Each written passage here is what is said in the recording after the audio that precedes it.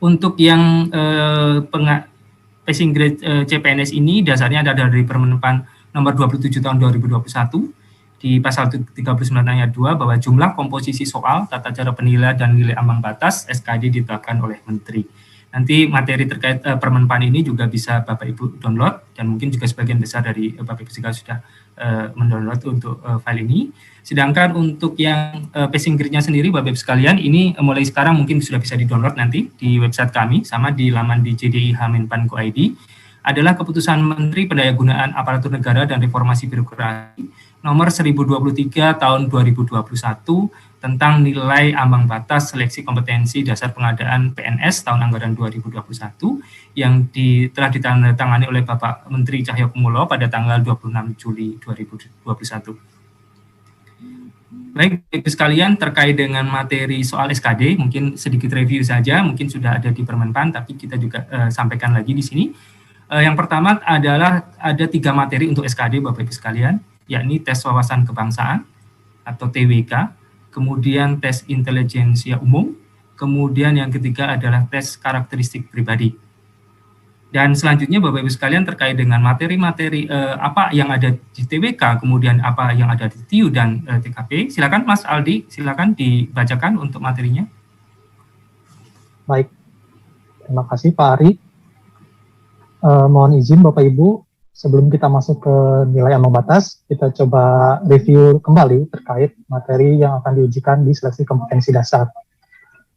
Seperti tadi telah dijelaskan oleh Pak Ari, bahwa SKD ini terdiri dari 3 tes. Yang pertama adalah tes wawasan kebangsaan atau TWK, yang kedua adalah tes intelijensia umum atau TIU, dan yang ketiga adalah tes karakteristik pribadi atau TKP. Kita coba bedah satu persatu Bapak Ibu. Yang pertama adalah TWK. TWK ini terdiri dari 5 item yang akan diujikan. Yang pertama adalah item nasionalisme. Item pertama ini bertujuan untuk mengukur kemampuan untuk mewujudkan kepentingan nasional melalui cita-cita dan tujuan yang sama dengan tetap mempertahankan identitas nasional. Lalu item yang kedua adalah item integritas yang bertujuan untuk menjunjung tinggi kejujuran, ketangguhan, komitmen, dan konsistensi sebagai satu kesatuan sikap untuk mencapai tujuan nasional.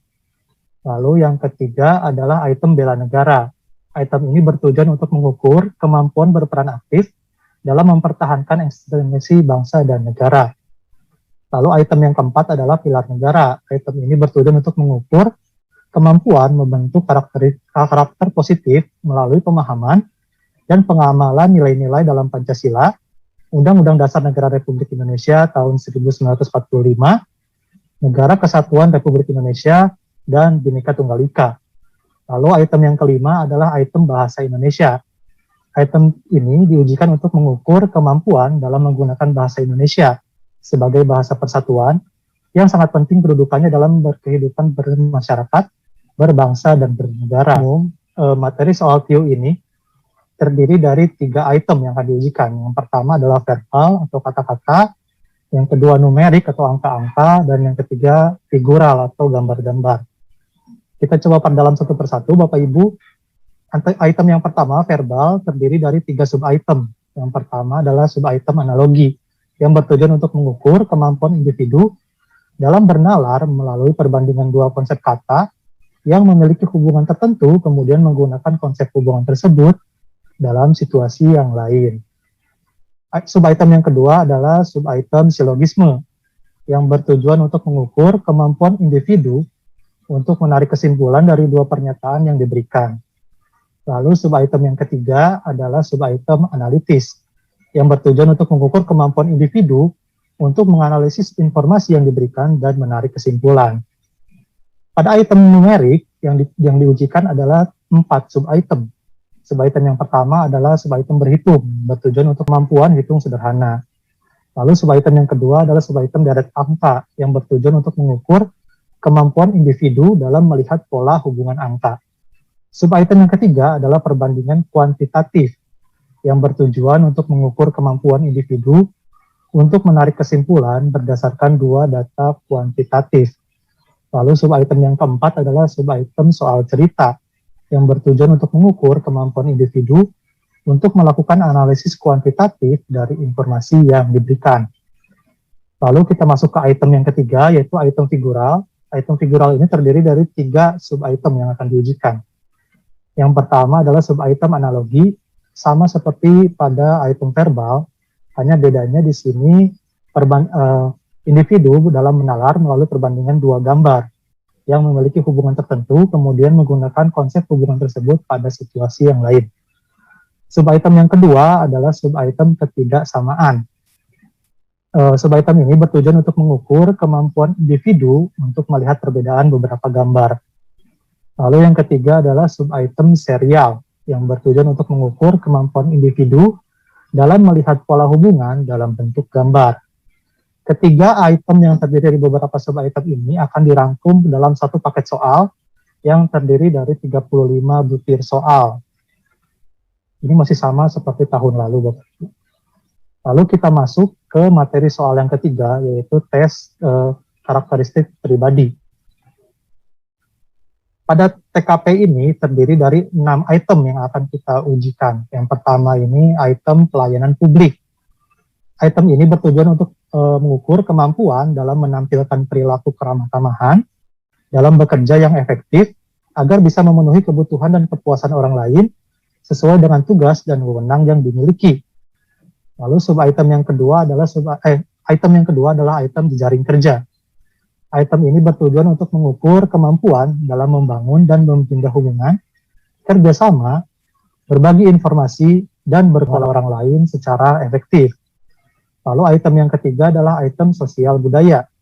Item ini bertujuan untuk mengukur kemampuan dalam beradaptasi dan bekerja secara efektif dalam masyarakat majemuk yang terdiri atas beragam agama, suku, budaya, dan sebagainya. Lalu item yang keempat adalah item teknologi informasi dan komunikasi. Pada item ini bertujuan untuk mengukur kemampuan dalam memanfaatkan teknologi informasi secara efektif untuk meningkatkan kinerja. Lalu item yang kelima adalah item profesional dalam melaksanakan tugas dan fungsi sesuai dengan tuntutan jabatan. Lalu item yang keenam ini adalah item anti radikalisme. Item ini item baru yang kita masukkan pada pengadaan tahun 2021 yang bertujuan untuk mengukur dan menjaring informasi dari individu tentang pengetahuan terhadap anti radikalisme, kecenderungan bersikap, dan bertindak saat menghadapi stimulus dengan beberapa alternatif situasi. Keenam item TKP ini akan kami rangkum dalam satu paket soal yang terdiri dari 45 butir soal. Untuk selanjutnya terkait tata cara penilaian dan passing grade akan dijelaskan lebih lanjut oleh Bapak Atmoko Ari. Saya persilahkan Bapak. Baik Mas Aldi. Selanjutnya Bapak Ibu sekalian terkait dengan pengaturan bobot nilai. Jadi untuk TWK tadi disampaikan Mas Aldi ada 30 butir soal.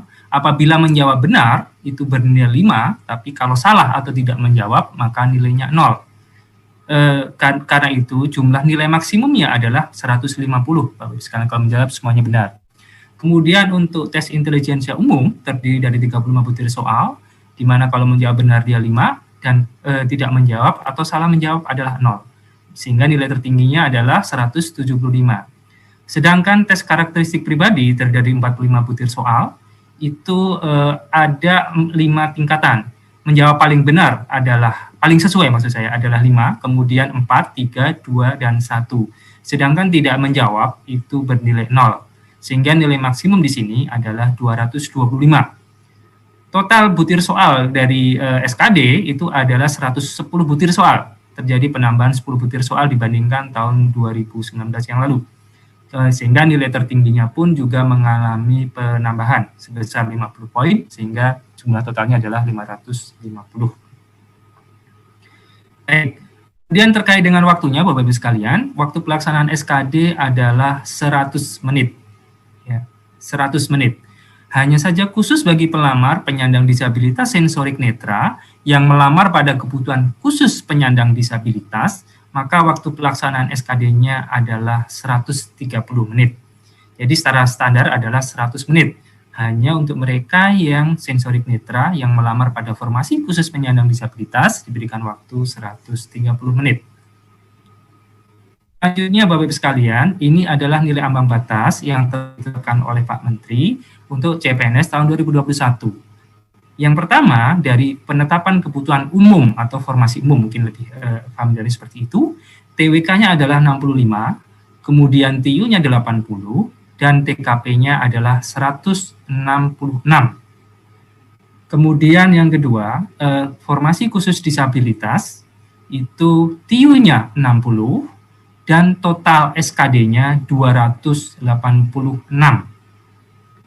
Kemudian yang ketiga, untuk penetapan kebutuhan khusus cum laude, itu TIU-nya 85, dan total SKD-nya 311. Kemudian yang keempat, penetapan kebutuhan khusus diaspora, TIU-nya 85, total SKD-nya 311. Yang kelima, penetapan kebutuhan khusus untuk putra-putri Papua dan Papua Barat, itu TIU-nya 60, kemudian total SKD-nya 286. Dan ada beberapa jabatan yang kita berikan juga spesial untuk nilai ambang batas yang di nomor 6 dan nomor 7.